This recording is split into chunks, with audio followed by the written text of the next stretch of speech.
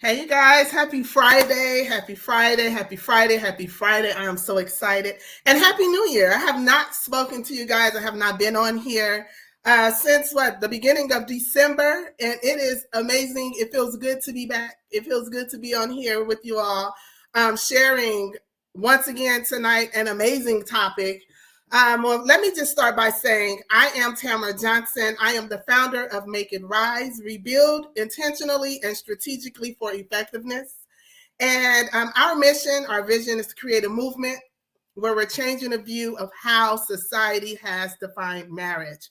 And I understand that everyone's definition is derived from a different place. It can come from what you were raised to believe in your home, or something you've read, something you've heard, your own personal experience. And I know you're saying, but you're talking about life after divorce. But you just said that your mission is to share and show what marriage truly is in God's eyesight, right? And that's still the vision. That's still the mission. But this vehicle that I am in today is definitely still going to help us as individuals understand who we are before or if we step into these relationships or we step into a marriage. But what we're talking about tonight and moving forward in this men's edition of Life After Divorce is how to heal and how to become whole. Tonight, I have an amazing guest that I'm so excited to bring on and share with you all some things about himself. I'm going to say pastor, author, friend, brother, homeboy, all of those things. His name is Elton Penn, and I'm going to bring him in so that he can actually introduce himself, because we'll be on here all night running down what and who he is. So you guys give me a second. What's up, brother? Hey, what's going on, sis? How are you? I'm good. How are you? Wonderful. Happy New Year to you. Same to you. So before we get started, I want to say thank you so much for taking the time out to be on here with me. You could be doing anything. You got your wife, you got your kids, you got ministry, you have all those things, but you took the time out to be here with me for a few minutes. And so I want to say thank you. I don't take it for granted. Yeah. It's an honor to sit with you and to share and to serve with you, because that's what this thing is all about. Talking about life after divorce and being whole is very important to me. Why? Because I was married for 14 years, but in that relationship for 20. Yeah. And so I've been divorced for 2 years, going on 3. And it's important to me because for so long I was faking a funk, right? Yeah. I was coping in an unhealthy way.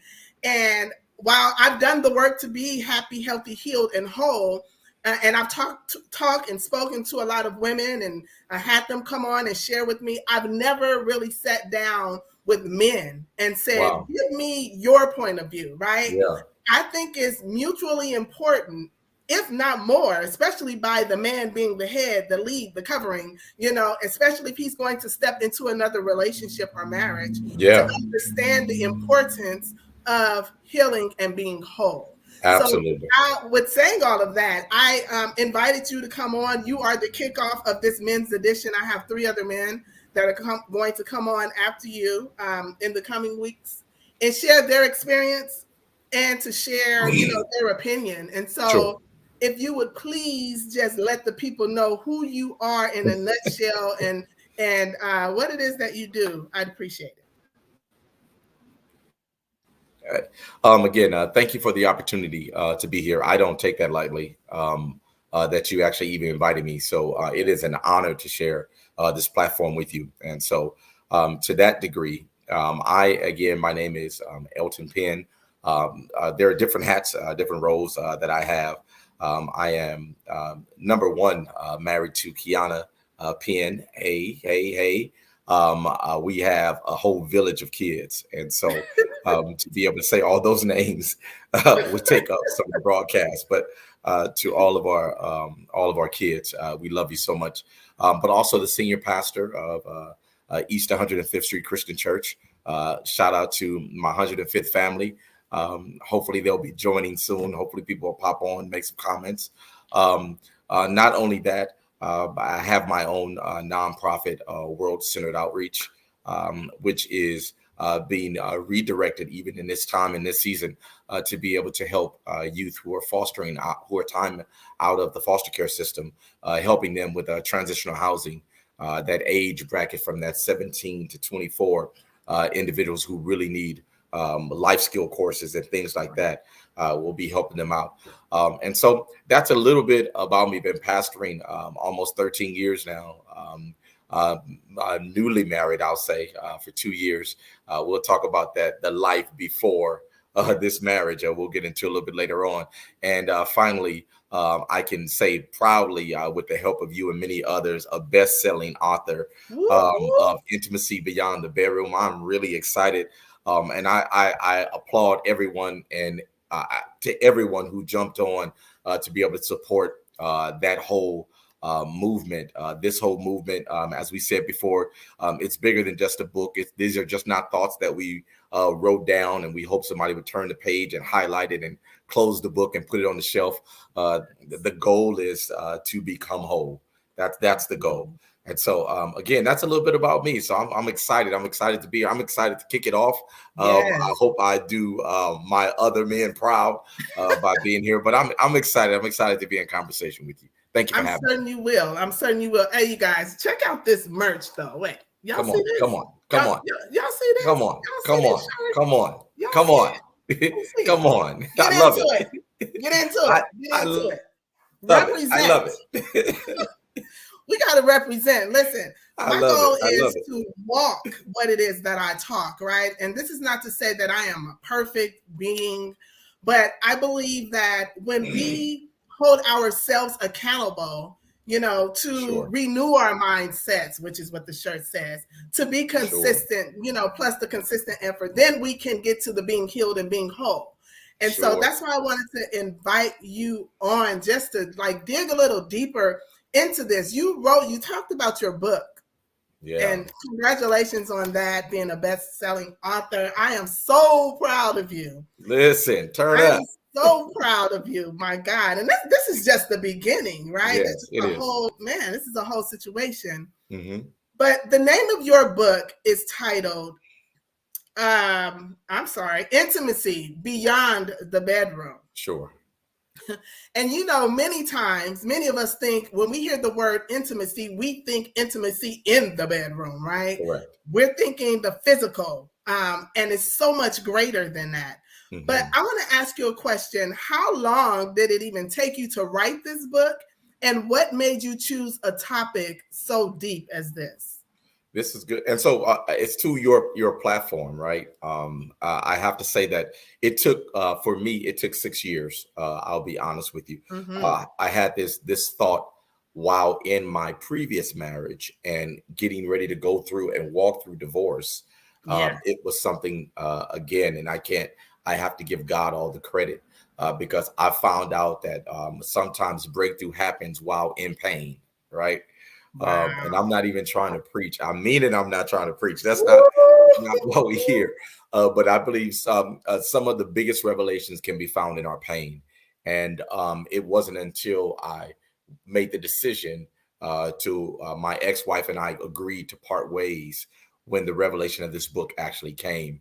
And so the title of this book happened, and it actually dropped in me while I was in bed.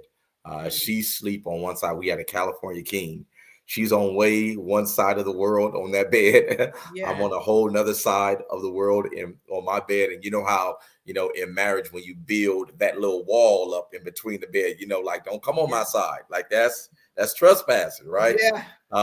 And so she was sound asleep, and I'm up, just wondering, really, is this it? Like, you can't tell me like this is the end of my life. This is all there is to it.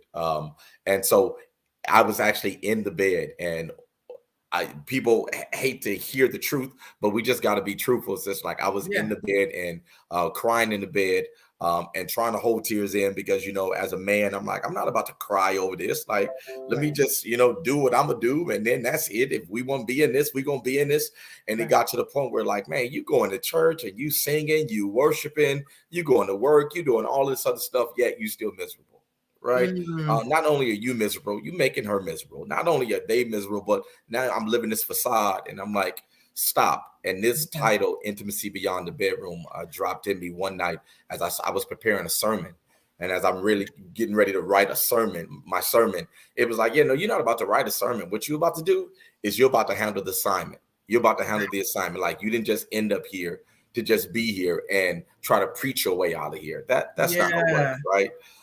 So my this revelation, Intimacy Beyond the Bedroom, happened while in the bed getting ready to walk through divorce. Whew. Whew.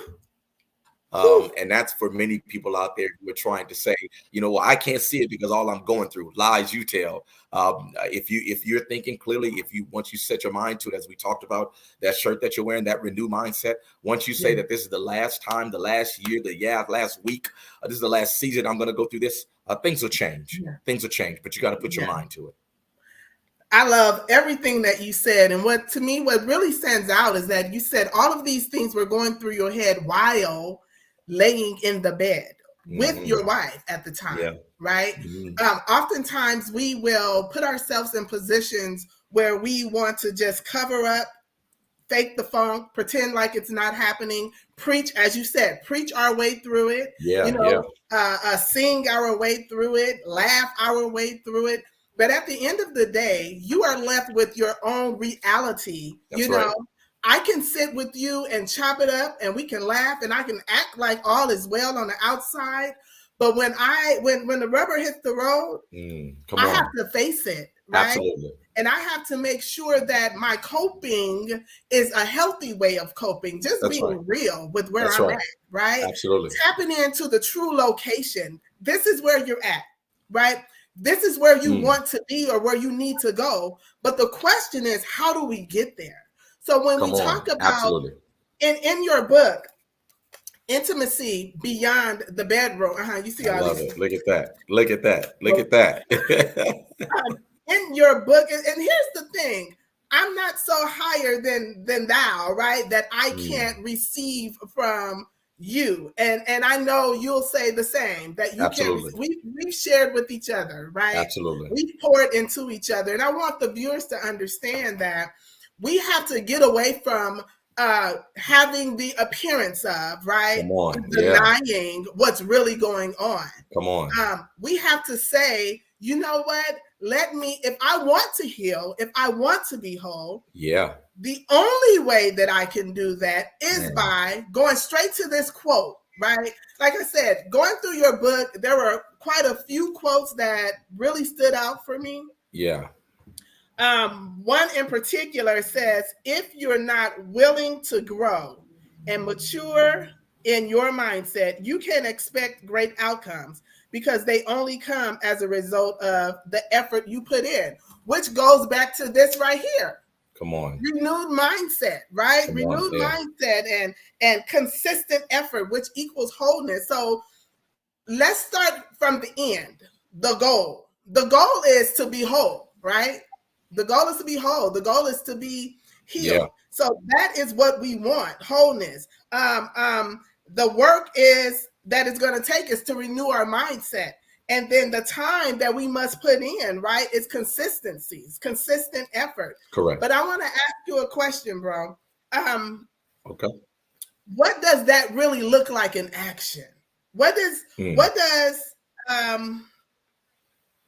being whole, what does that look like in action? What is the work that needs to be done, right, in order for us to even get on the road to go in that direction? Because it's easy for us to sit on here and tell the people that you need to do this, that, and the other. But what does that look like in action? What did it look like for you when going through your divorce? Yeah, I knew the road to become. We have a value statement with Intimacy Beyond the Bedroom, and I'll give it to you here. It's understanding the value of the past. It's understanding the power you have in the present, and the keys you possess to unlock opportunities in the future. Right.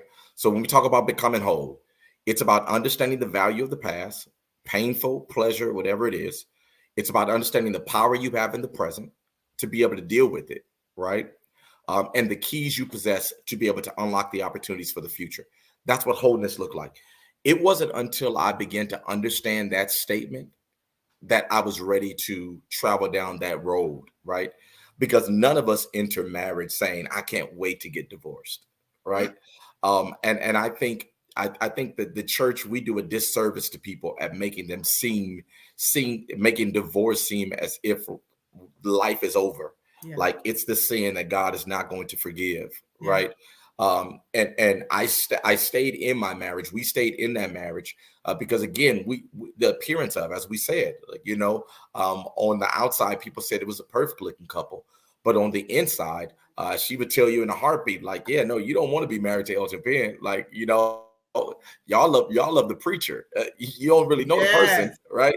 Um, and so it wasn't until I really understood that where I was in my marriage, everything that I had gone through before getting married to her, it was going to come back up. As much as I tried to hide it, as much as I tried to hide insecurities, as much as I tried to hide, not honestly I didn't really want to go to work. I'll be honest with you. It was like, yeah, I don't want to work.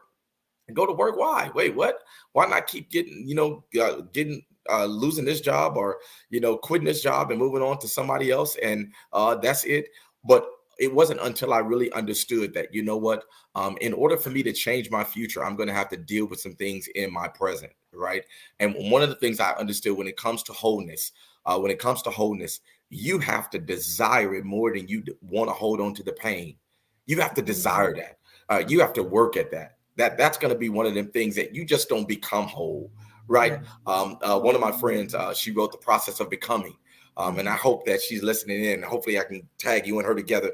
But even with that, it's when you understand that, you know what, it's more to this than what I'm going through right now. I Yeah. deserve better than this. Like, my value is too much for me to stay in the condition that I am.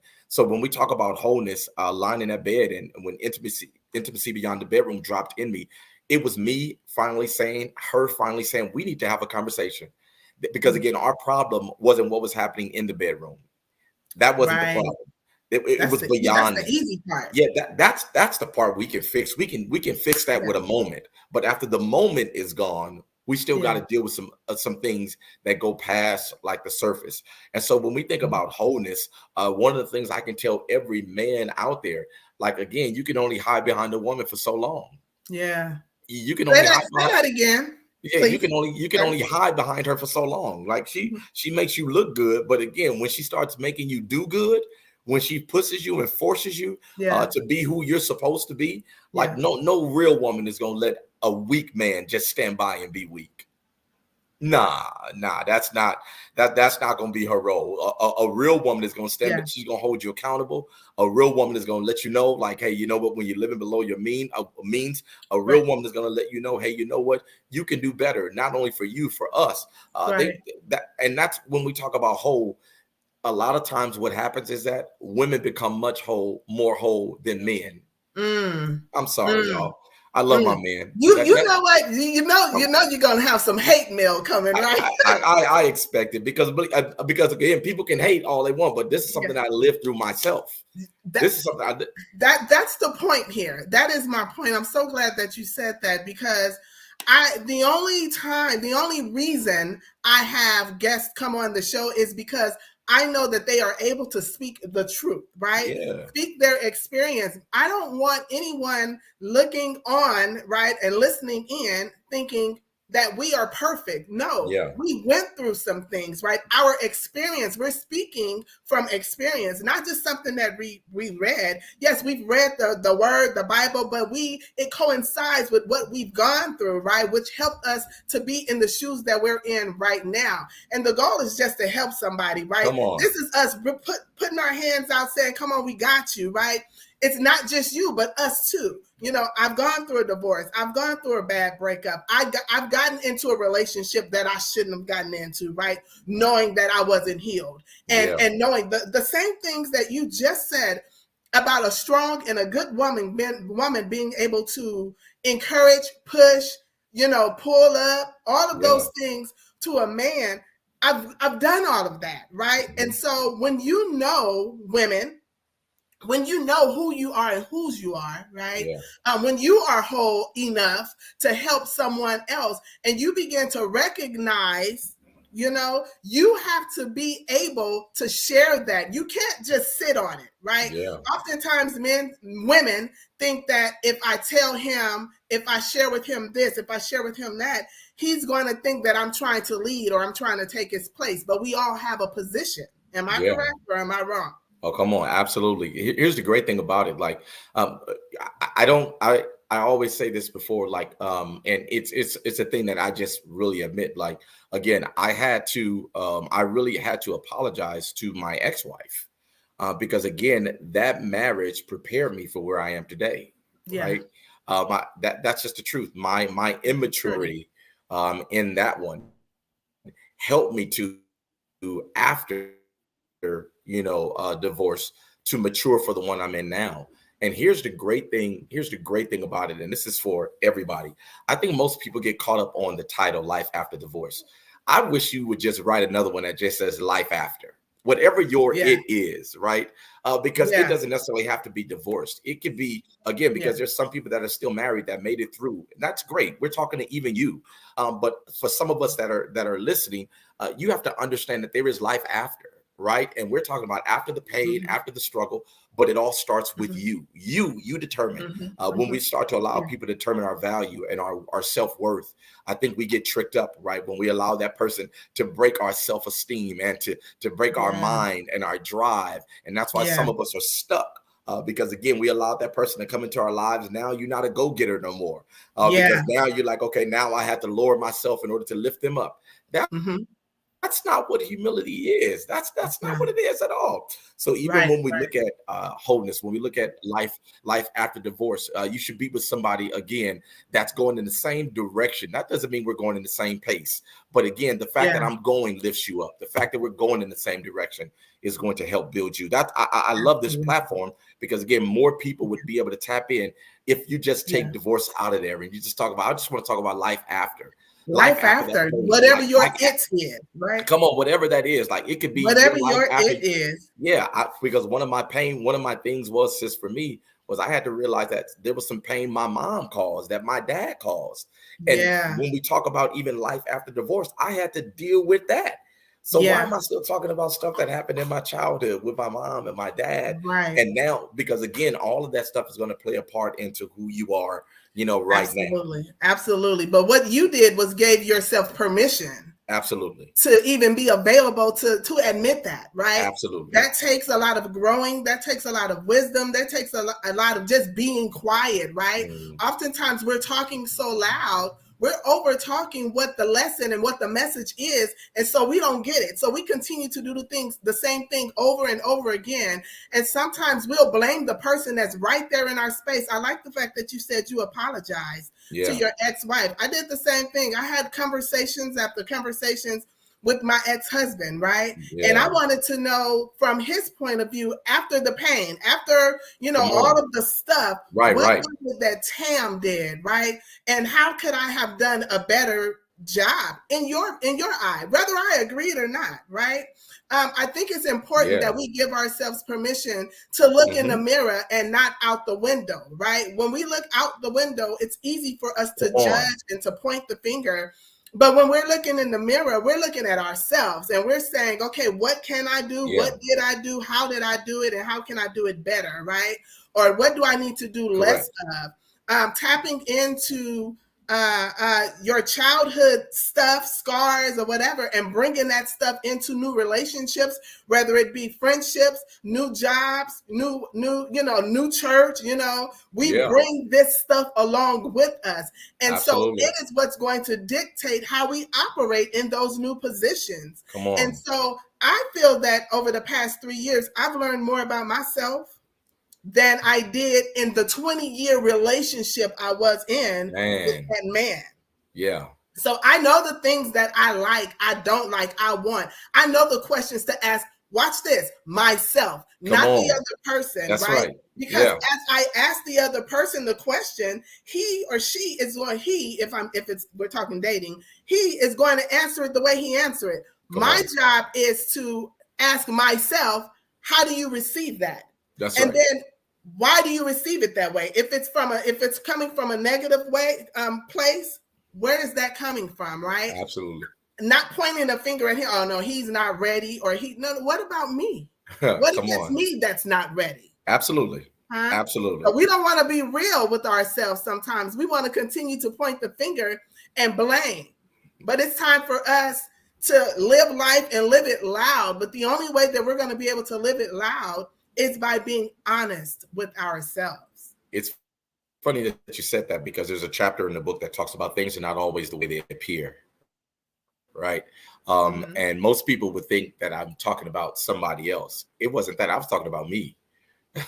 Because again, a lot of people felt just because you're in position that you've arrived. And it's like, yeah, no, that wasn't it at all. I put up a good front, a good sis. When I say a good one, I mean, after my divorce, people were like, okay, yeah, he ready for, that working, love God. Oh man, in his kid's life and all this other stuff. He's perfect. Broken. And so things are not the way they appear in the book. What I'm trying to get people to understand is that just because something look whole on the outside doesn't mean there's no fragments on the inside that don't have to be dealt with, right? Because again, we're so used to doing this, like you said, saying nothing is wrong. I'm working on me, or it's all good. I ain't got no problems. And so most people, when they hear men say that, you know what, no, I'm not ready for a relationship, girl, you take him for his word. Stop trying to push him. When he say he ain't ready, he mean he ain't ready. When he talk about, slow down, girl, the best thing you can do is slow down. Of course we want the person, and we get our minds fixed on that person.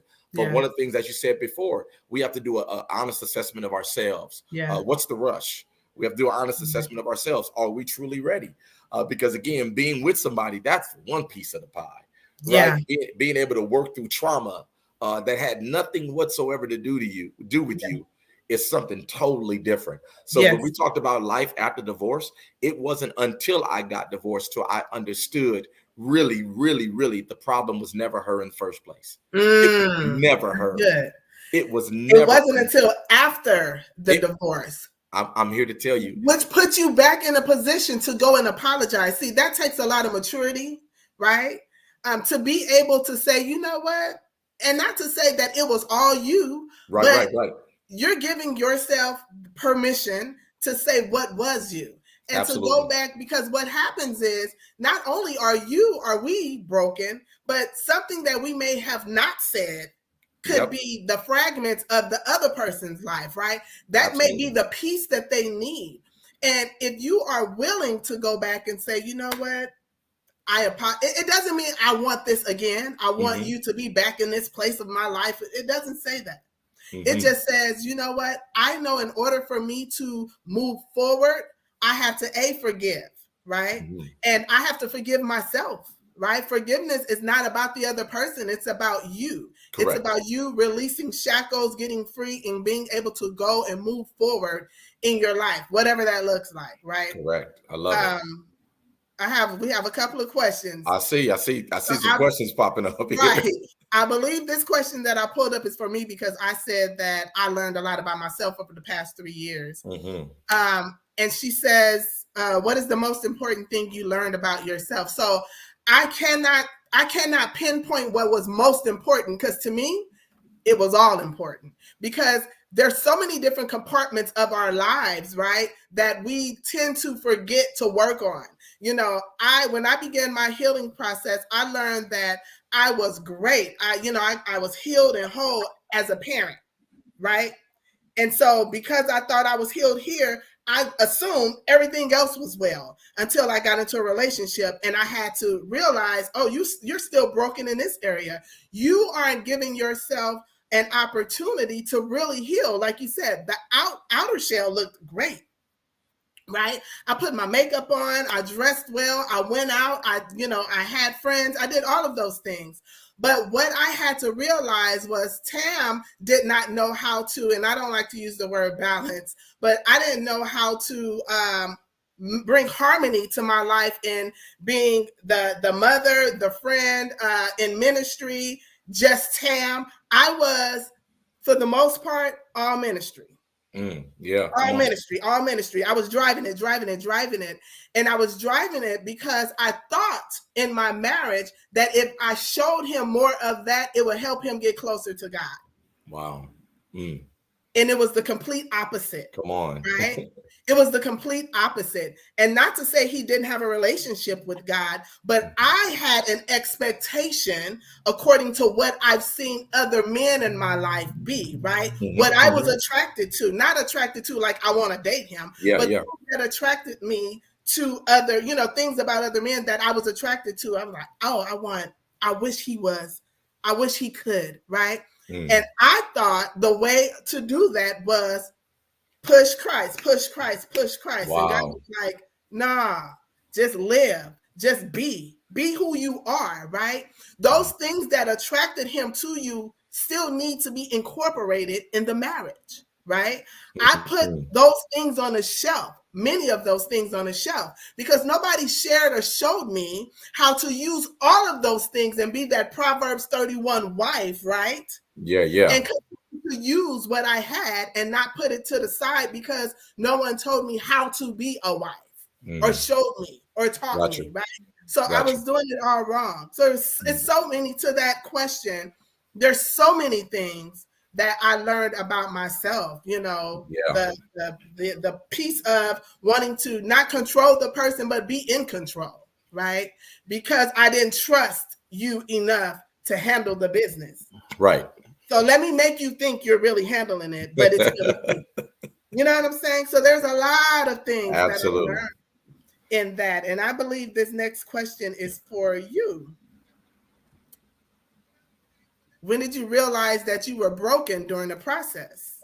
What was that aha moment? The aha moment for me, I have to be, again, we're just going to be all the way real, sis. When I finally realized that there's a difference from being healed and being whole, that aha moment for me was when, after the divorce, staying by myself and my income went up.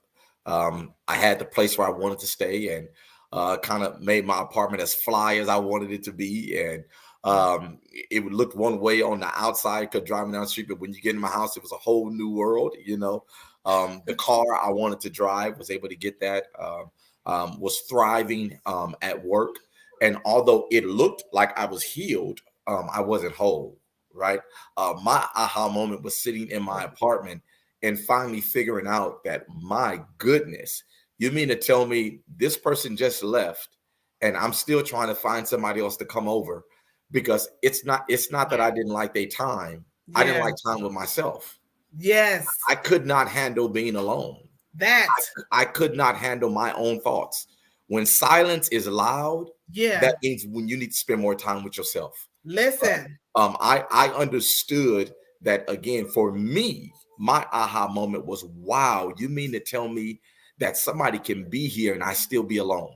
You mean to tell me that I can have all of these superficial things going for myself and still not be whole, right? So again, the relationship can get back together, but still can be broken, right? Your bones, a scar can be covered up with a scab, but that doesn't mean that it's healing properly, right? Any doctor would tell you that, again, with that broken bone, in order for me to get it right, I'm gonna have to break something else in order to make it whole again, for it to do or to operate like it's supposed to operate.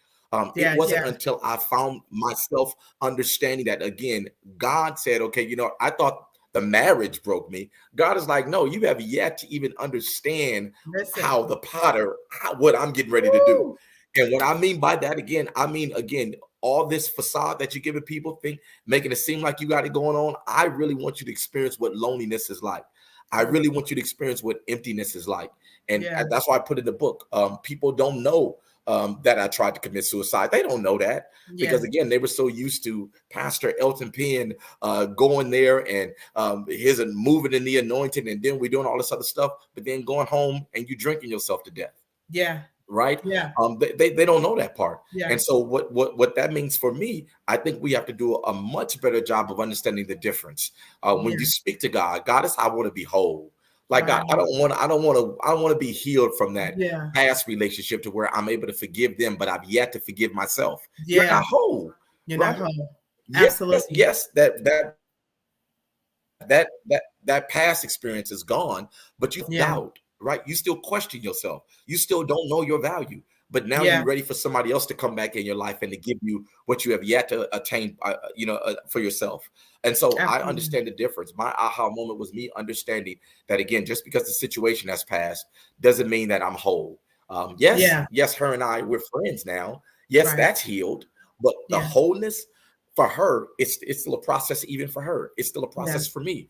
And it's not until we start to walk in that, right, to where I can now love Kiana the right way, Yeah. right? How can Yeah. I say that I'm healed from that and I'm still not learning, those lessons? And so Yeah. for me, that I'm hoping that I'm helping somebody with that. You are. There's a I know you there's a are. big I can difference. speak There's a for big them. difference. Yeah, just because you're out of that relationship Yeah. doesn't mean that you're ready for the next one. No, no, no. Absolutely. That's good. That's good, and that's key. And you talk about the difference between being healed and being whole. And when we think about that, and I always like to use the analogy, when we go to the emergency room and we get this medication administered to us by IV. It may start off being extremely high, whatever the amount of milliliters they need to give you in Yeah, order to bring the pain down, right? And they monitor that and they begin to watch it, and as they see the healing begin, they turn it down a little bit, right? As the pain leaves, come they on. turn it down. And Yeah, sometimes when you leave the hospital, they still send you with medication, right? Because you are not whole yet. You are healed. mm, And so they will tell you that in the event you feel the pain again, take this in the event you feel the pain again. God is saying, come to me, speak to me, live with me, walk with me, right? yeah, During this. And even when you become whole, let's go there as we talk about our relationship with Christ, right? right. I'm shifting a little bit, but I think it's we in the same ballpark. We're Listen, good. even when you have become whole, right? You have to maintain your wholeness. And Mm, that takes work, right? Oftentimes we think I have arrived and I can move on to the next. No, you arrive and you have to have a goal for the goal, right? yeah, What work are you going to do? What is the maintenance plan, right? We yeah, think about absolutely. having these keys in order to get to the other side of the door. God has given us keys to heal. He's given us keys to be whole, right? And the way that you know that you are whole is how you respond to the things, That's it. right, that That's come it. into your life, Absolutely. right? Now, Absolutely. are you responding as a healed person, or are you responding as a whole person? Because Mm, the healed person, listen, the healed person can't sit up with someone and have fun and enjoy, and then they leave and call somebody else to come come over. on. The whole person says, this is enough. Hey, listen, the whole person says, I don't even need that right now, Nah. because the relationship that's most important is, right? Yeah. Let's remove the spiritual, my kids. Hmm. That's right. Somebody forgot to build in the relationship with their kids because they're too busy trying to fill a void in their life that they Absolutely. think is from a man or woman. Absolutely. Absolutely. And So tapping into the wholeness of being whole mhm. is so much greater than what we can see with the naked eye. Yeah, and it goes back, like you said, to that shirt you have on. Like that renewed mindset is one thing, but that consistency, like keep on driving that point home, like Yeah, consistency. Like yeah, how bad do you want it? How bad do you yeah, want it?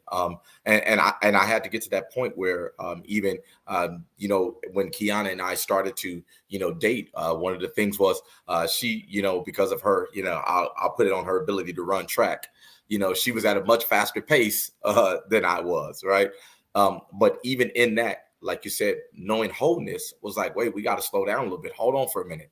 hmm Because I want to make sure that, again, I'm not going into something again only to tap out of it. Right. yeah, I'm not going into something and before we even get our kids involved into it, do we know what we're even talking about?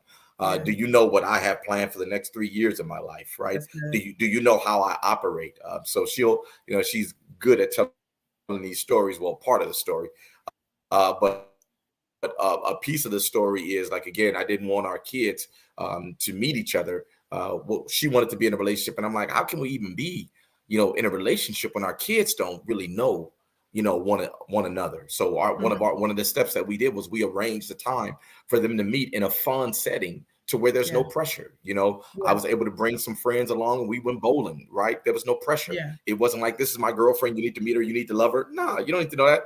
This is Kiana, this is Elton, and that's it. Right. Right. And we move forward. But That's that's what good. wholeness doesn't rush.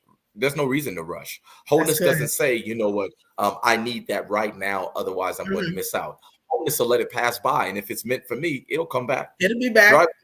Yeah. Wholeness will say, guess what? Yeah, I know I want, as bad as I want to take that call. Wholeness would be like, nah, I'm good, because I know the work I'll have to do to get out of that one phone call. Right.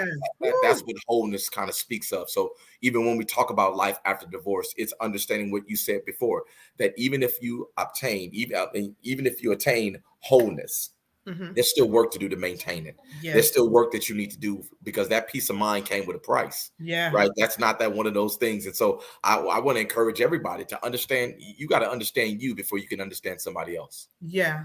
Yeah. And not only you got to understand you before you can understand somebody else, but you have to understand you before you expect them to understand you. Because I'm teaching you a false me, right? Come on. I'm teaching you something I don't even know about me, which means I'm going to shift and change somewhere down the line. When in the Bible in Genesis, when it talks about Adam and Eve, and it didn't say anything about being compatible, right? It said suitability, being suitable. He made someone that was suitable for him. So when someone is suitable for you, they're good for you now and later. When someone is only compatible, they are only good for you in certain seasons, right? And we got to understand that there are seasons in our lives where it's a hell no to certain things. So if you marry somebody and you in that hell no season, are you going to shake them because they aren't able to rock with you? But if they are suitable for you, they have the oil. They've already been blessed with the oil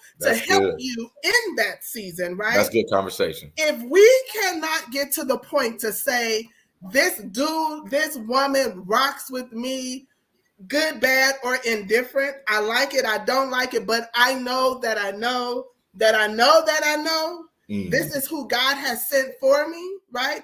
We're doing the work, and as you said, we're not rushing into anything, because listen here, sometimes we can miss our blessing by rushing, because even if that's who is supposed to be for you, right?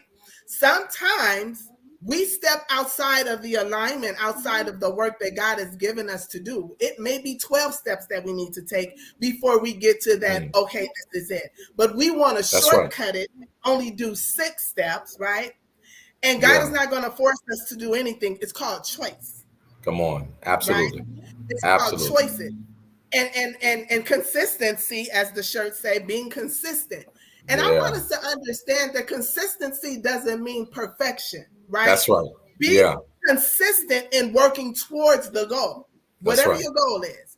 And sometimes your consistent actions aren't going to feel good. Sometimes they're not going to look good, right? Sometimes you may have to just take a seat, right? But be consistent with doing the work.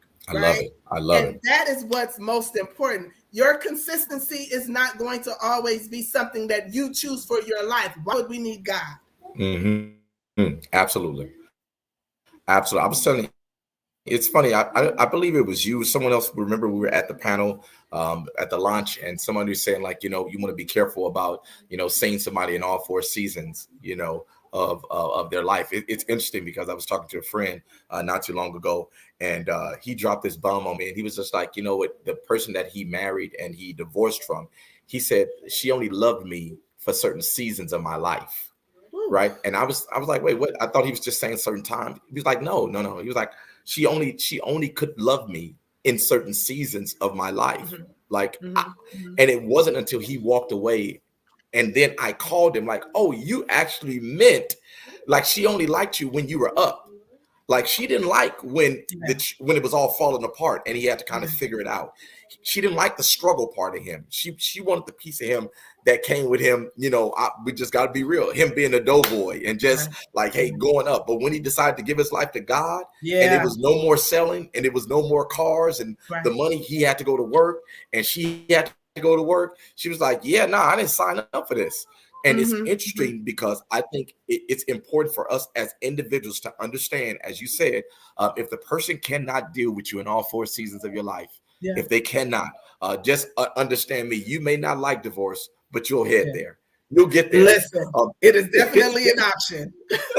And listen, and that's why, going back to what the vision is of this platform of Make It Rise, creating a movement where we're changing the view of how society defines marriage, right?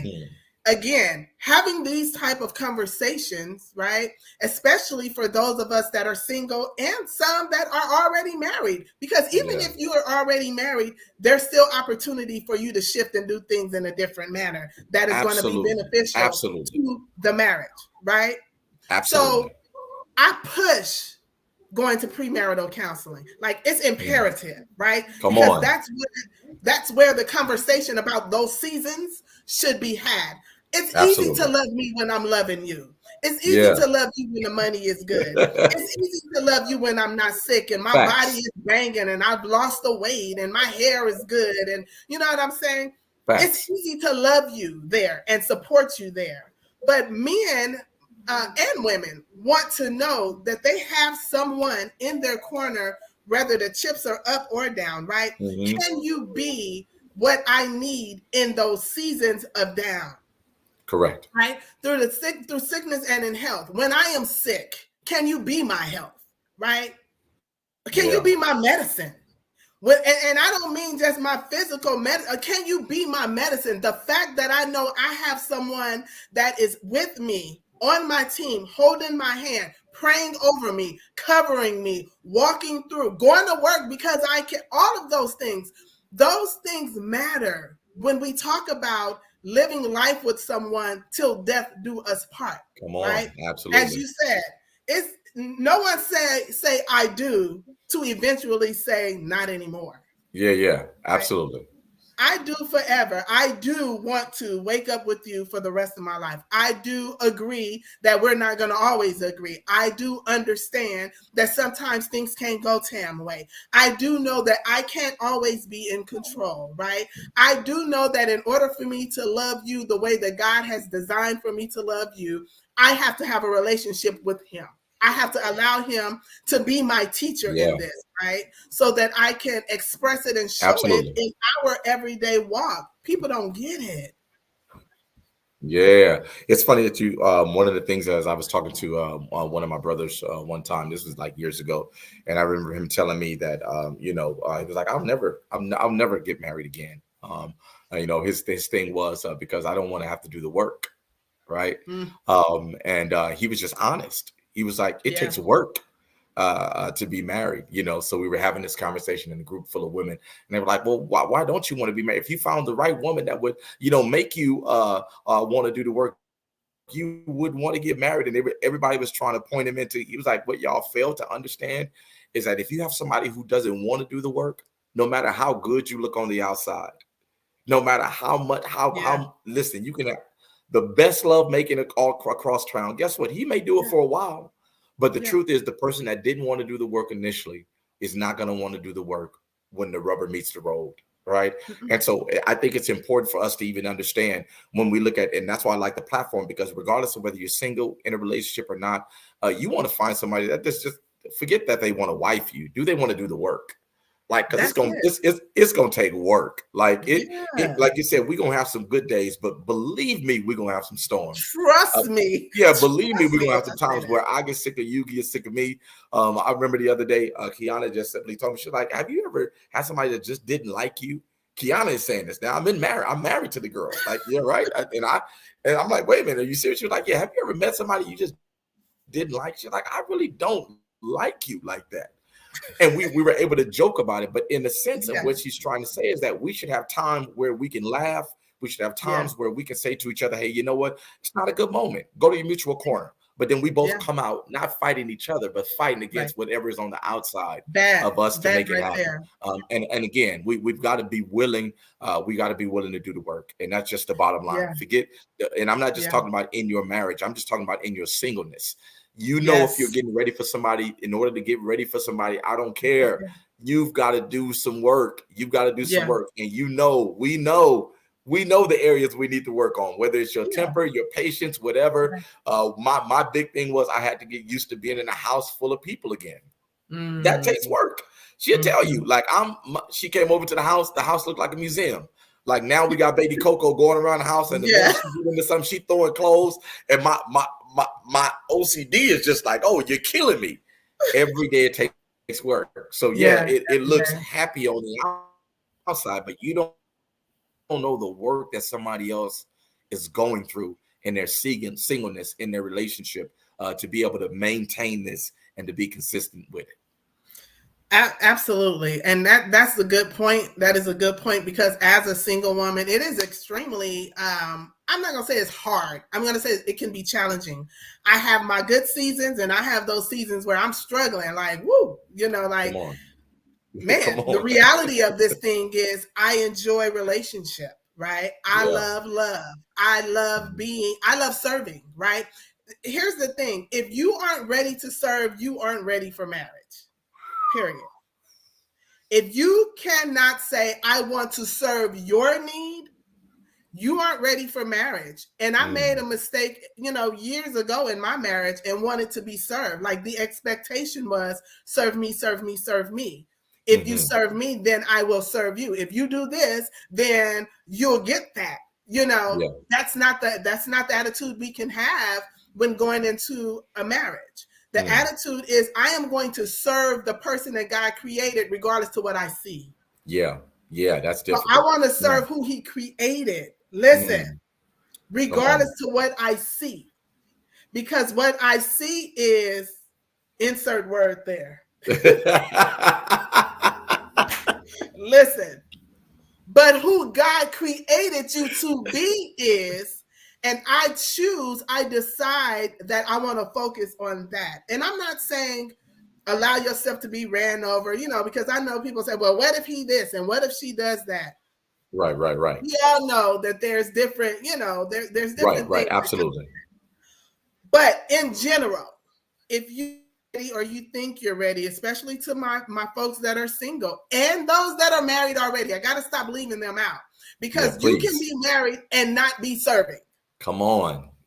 Absolutely. I'm taking away all excuses as of today. What is today? Today is January 7th, 2022. It is 6:53. My name is Tamara Catrice Johnson. I am removing every excuse from the married man and the married woman who has not been serving their wife or serving their husband according to the way that God says that you need to serve. Remove that expectation of wanting to be given, of wanting to be spoiled, or wanting to. All of those things got to go out the window, because I'll tell you something. Once you do what you're supposed to do, if you serve the other person's need, it automatically put them in a position to want to serve your need. So now we're serving each other, and God gets the glory. God gets the glory. So it's a matter of shifting the mindset. Absolutely. And that's not an easy thing. And I think some people think that shift happens automatically. No, it doesn't change just like the season. It doesn't work like that. Like, you literally have to make the effort in order to shift that mindset, right? You literally have to, again, get outside of yourself, right? Get over yourself, right? Because that's the biggest thing. The biggest thing I had to get over was that, wow, it's really not all about me. Who knew? Right? Who knew that I was not the most important thing in his household? Like, what? Who knew? But I think once we get to that point, once we get to the point of being able to see ourselves, that sacrificial giving, right? That sacrifice is no longer a burden, but you see that as a privilege, right?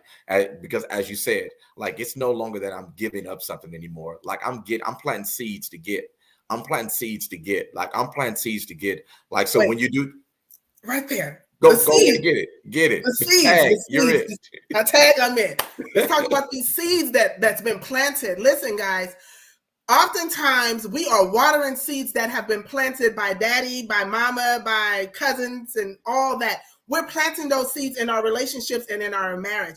It is time for us to pluck up those plants, right? Remove the Yeah. soil, pull all of the roots out, and replant or plant a new seed. What do you Mm, know that you need in your life? That's the seed you need to plant. Now, in order for you to water that thing, give yourself permission to put yourself around people that are going to help you water the right that's right. thing, right? What Absolutely. you water is going to grow, whether it's good or Absolutely. bad, right? Absolutely. What you exercise will grow. So if you're around the friends that say, girl, if I were you, I would, Come and on. it's too many men out there, and and I'm going to say this because somebody grandmama told them this too.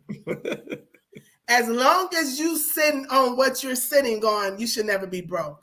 Mm, That's a lie. And I mm, want you to send that back to the pit of hell. that As part. long as I have a relationship with God and I am being a good steward over what He is giving me, wisdom, That's right. my finances, my friendships, my Mm, relationships, that's where the blessing comes from. absolutely. And that blessing is going to come and it's going to continue to be, right? But when I am using the other stuff that God has blessed me with for my king, Hmm. for, money and time and all those things, man, I'm setting myself up for failure. Yeah, yeah. You get that energy in return, whether you know it or not. Like I believe in it. The energy you put off is the energy you'll get back. And so, like you said, you feed into that other superficial stuff. That Mm-hmm. superficial things will be what you would get back, right? You'll yield return on that. You still getting questions. I see you. You still in here. We're going to hit this one and then we're going to get out of here because Let's you do a it. preacher and I'm a preacher kid. So Let's do it. hello. Let's do it. We can talk all night. So Shalena, she says, what's the difference between dating a person's potential and dating who you think God created in him? I'm certain that's what she's saying. What is the Mm, difference between dating potential and dating who you think God created? That is a very good question. mm. I'm gonna tag a little bit and then I'm gonna let you have it. Go But I for it. believe that everyone have potential. We all have potential, right? Hmm. That's easy. It's just like the nose on our face. But what we do with the potential, right? What is the discipline that we have with that potential that we've been gifted? Is what's going to make the difference. Um, she says, what's the difference between dating the potential and dating who you think God created or who God created? So it's a play on words right there. But if I know God created this person, and I'm want to say that she's probably tapping into when I said, respond to the person God created and not what you see, maybe. But if I am dating the person that God has created, Mm, my attitude is going to be completely different from me dating the person with the potential, right?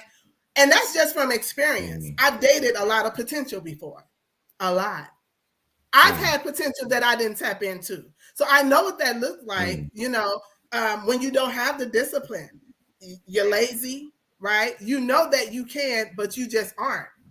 And so if I mm, look in the mirror, I'm going to ask myself, who wants to date a person, me, who's not doing its purpose, right? mm, We all have purpose. But if you aren't actually doing your purpose, then what good are you? And that probably sound mean, but what good are you? Like, yeah. why are you here? What are you Mm. doing? So tap in on that, bro. She want to know what's the difference between dating a And so person.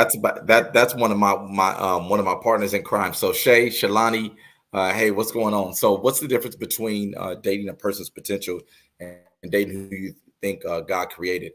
For me, we just got to dive in because again, we got to let y'all go here for 1 second because again, a person's potential, right? We can all see something. We can all put something there that we want to see, right? Mhm. That's potential. Like you definitely have the potential to do a whole lot. They have a potential to do right. But again, the person who you think God has created them to be, I'll just simply put it like this. Again, you allow them to operate in what God created them to be. So if he's a man, you shouldn't have to make him a man. Mm, If you see him, he should automatically display those things to you. You shouldn't be mm, chasing him. He should definitely be chasing you. If he's who God created him to be, he should already yeah. be a provider. That's not somebody you make him.